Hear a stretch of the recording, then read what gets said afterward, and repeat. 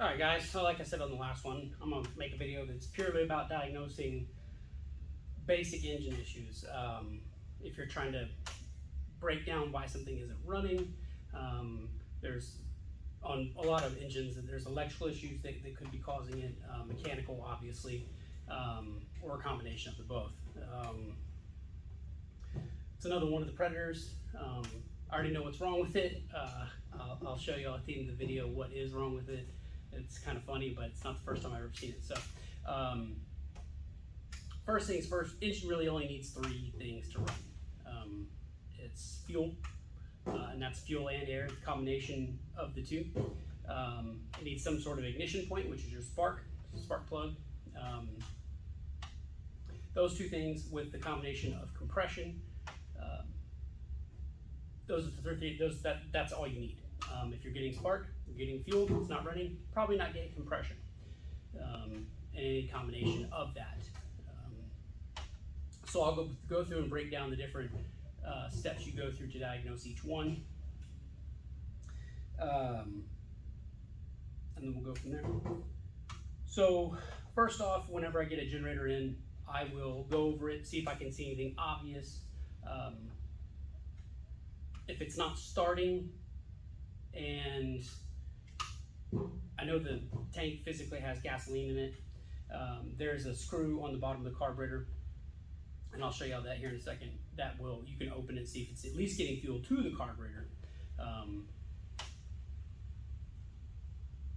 short of a valve or something else like a fuel on-off valve that may not be open completely, or it's got trash in the tank, or there's 1,000 things that can cause it. But so anyway, we'll start on that. Fuel, spark, compression. The three things that you gotta have for any small, really any engine to work, 4-stroke. So let's get to it. All right, so like I said, we'll check a couple things first off. I'll show you on the fuel side what to check. So first off, like I said, on the fuel side, on the carburetor, most carburetors will have this like small screw. Sometimes it's flathead, sometimes it's a 10 millimeter. If you open that, fuel should come out from the bottom to check. You could go one step further and actually pull the carburetor off and see. Pulling the carburetor off is not too difficult on these units. Most time it has the pop clips, they'll pop off. Sometimes there's a small screw down at the bottom, like a finger screw, butterfly. Pull it off. This one has 6 8mm screws. It's an older design. The newer Chinese generators don't do this anymore. They just have the 3 10mm.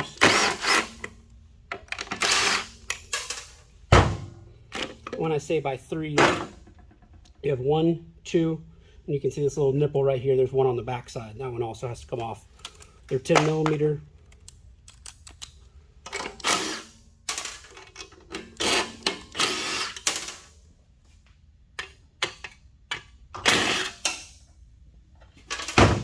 Okay, simple. Air cleaner housing. Sometimes they have this evap line. Sometimes they don't. Sometimes there's charcoal canisters. Whatever. Not a lot to it. This carburetor is a pretty standard. This thing with the wire coming off of it is a super common problem. It has a small plunger. This is a solenoid. What that does, it shuts the fuel flow off whenever you turn the generator off. It's like a little valve. They're dumb. They fail all the time. Usually what I'll do is I'll cut this flush off of here, cut that little nipple or that little pin out of there, cut it off, and then reinstall it. And it's not a point where you have issues with the fuel clogging that up. So if we know that we're physically getting fuel to the carburetor by checking at the bottom, next step would be to see if we could get it to run with another fuel source. Easiest way to do that, and when I say other fuel source, just because it's getting to the carburetor doesn't mean it's coming up through the main jet.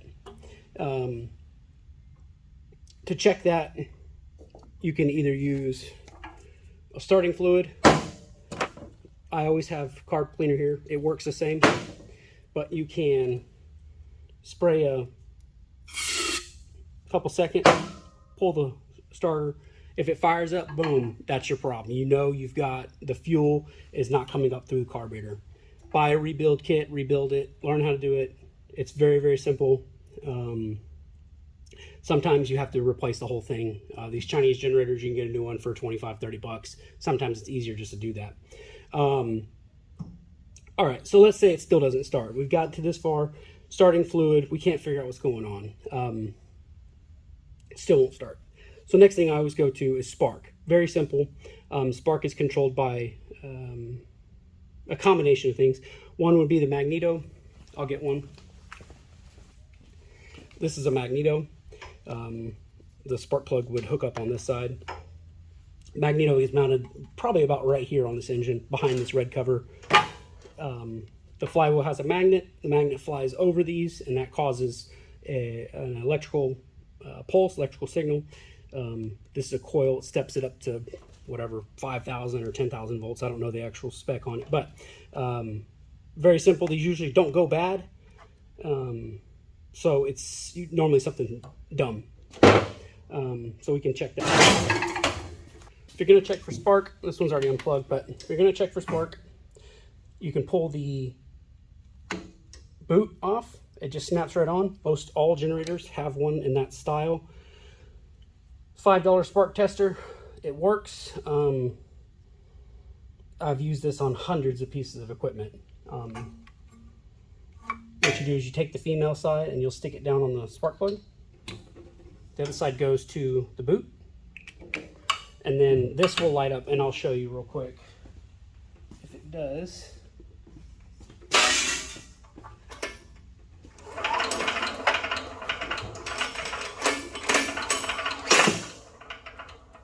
So you can see that it flashed a little bit. Okay, great. You know you're getting spark at least to the plug.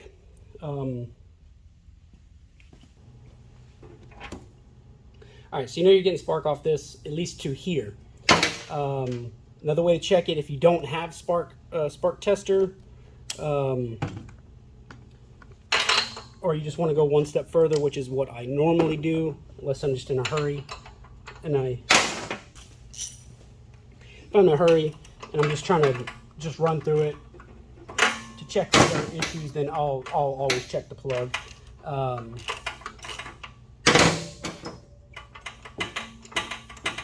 Like I was saying, you may get spark on the actual tester, but it may not. You may not be getting a good spark at the end of the plug. Spark plugs go bad. The strap on the end will melt. See, and that's a really bad plug. I'm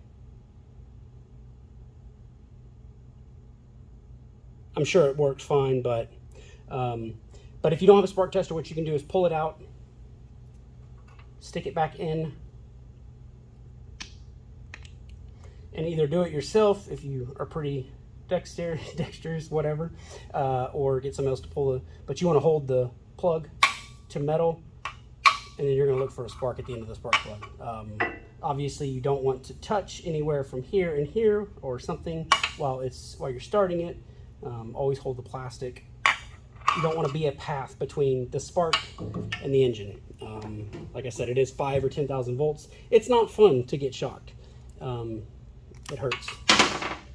So, let's say it's getting spark. Great. We know it's getting spark all the way through.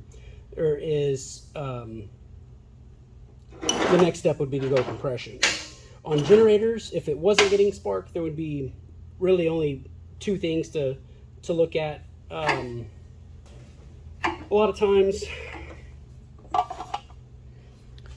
I get this a lot, most generators will have an oil switch right here. That's what this yellow wire is coming out. Most of the time it looks like this on these Chinese generators, which is a low oil sensor. I've seen it at least more than 10 times. A customer will bring a generator, it's not running, it's not getting spark. Well, it's low on oil. Most generators have a low oil switch to protect themselves, so people don't burn them up. Obviously, I did not do this. Another customer did this, trying to diagnose the problem before they returned it to the store. That is a surefire way to burn up a generator if it is low on oil. You don't just unplug the low oil sensor and see if it runs. Again, I've seen that too. They'll come to me like this, and they're toast. So if the oil level is good, and and it's getting spark, the next thing, like I said, would be to check compression. Checking compression is easy. You can get a cheap compression tester like this. I've had this one for years. It still works fine. I'm not looking for a super accurate reading. I'm looking for pretty much a yes or a no. I'd say 50 plus PSI on this engine. It should run. May not run great. Anything less than that, it's not gonna have enough compression to light that fire, to light the fuel, light the air. So it has a display in PSI. You can see it says 0. You're supposed to check it while it's hot, but so what you do is you hook it up, screw it into the spark plug port, and then you pull on it 5, 6, 7 times. So you pull it and pull it and pull it and pull it, and it's got 0 PSI. So like I said in the beginning, I already know what's wrong with this generator, but it's just kind of an aid so you can diagnose stuff yourself. 3 things: spark, fuel and air, compression. Those 3 things that'll go. We have fuel, we have spark, we do not have compression. 0 PSI. There's a couple things that can cause compression issues. The cylinder head. This is an older style. This engine is a clone of a Generac. Generac used to make this style. They don't anymore. They are very problematic.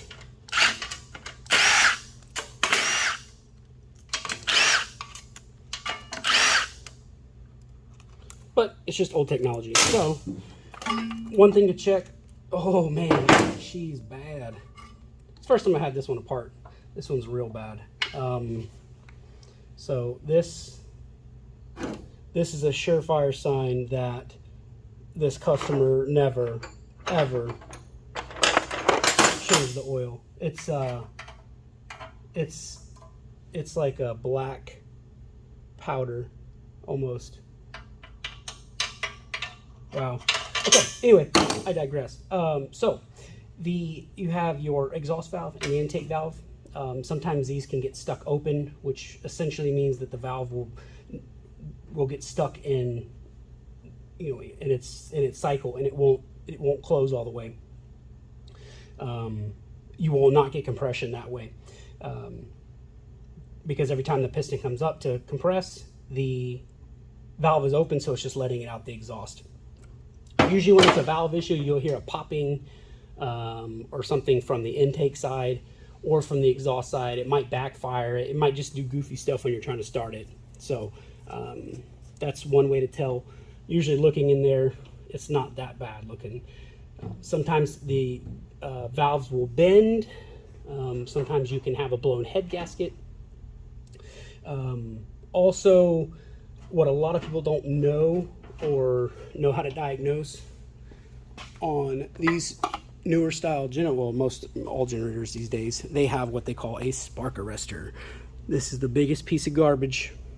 It's great for what it's used for, but in most times people don't need this. It is there. It's required by the U.S. Forestry Service.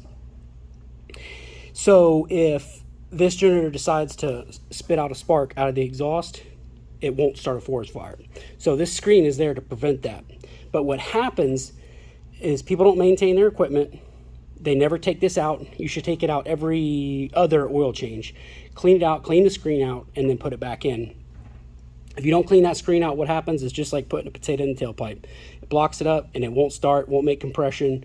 It'll make goofy sounds, and you won't be able to really tell. It's hard to diagnose if you don't know what you're looking for. So if it won't start, you're not getting compression, check that. I bet that's number one. Number two would be valves, especially on these Chinese ones. It's usually going to be valves. This one is an extenuating circumstance. So that being said, two things: that yellow wire being unplugged earlier, that is indicative of what I'm about to show you. The carbon buildup that I showed y'all on the plug.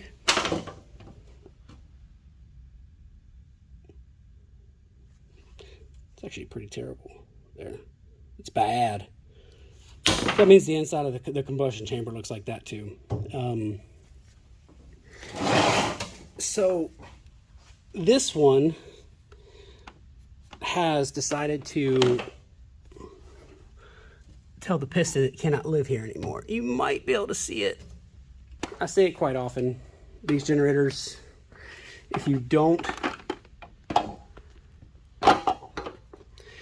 keep up with the maintenance on these things, and when I say maintenance, I mean at least change the oil. You can tell that the customer never changed the oil on this thing. It stopped running. They unplugged the low oil pressure switch, like I said over here on this side, the yellow wire. They unplugged it. It kept running. It ran low on oil, overheated, and it seized up. The piston is now part of the cylinder, and the connecting rod and crank are separated from that. So always change your oil. Change your oil every 75 hours on any piece of equipment you have. That'll ensure it'll last a long time. Air filters. Dirty air filters make engines run rich, which means they burn more fuel. That leads to more carbon buildup, which is what the spark plug will end up looking like if you don't ever change the air filters out. And not changing your spark plug typically leads to either a real rich condition, again, causing more carbon buildup, or just not running at all. So anyway, that's it, guys. Back at y'all next time. So that's that. This one's junk. It's going to need a new engine. What it does have, though, it has a good electrical head. It's got a good rotor, good stator. I've tested both those already. We'll keep those for off-the-shelf parts for another generator. I'm sure I'll see one again in this group or the next group. So, but that's just a pretty simple breakdown of how to quickly diagnose something. Again, fuel and air. That's your fuel. Gasoline and air is your fuel. Spark and compression. Obviously, this one doesn't have compression because the piston doesn't move anymore. So, again, I'm the owner of Houston Equipment Repair here in Houston. We work on anything from lawn equipment, generators, CNC machines, standby home generators, industrial generators. So, y'all can give us a call anytime. Thanks.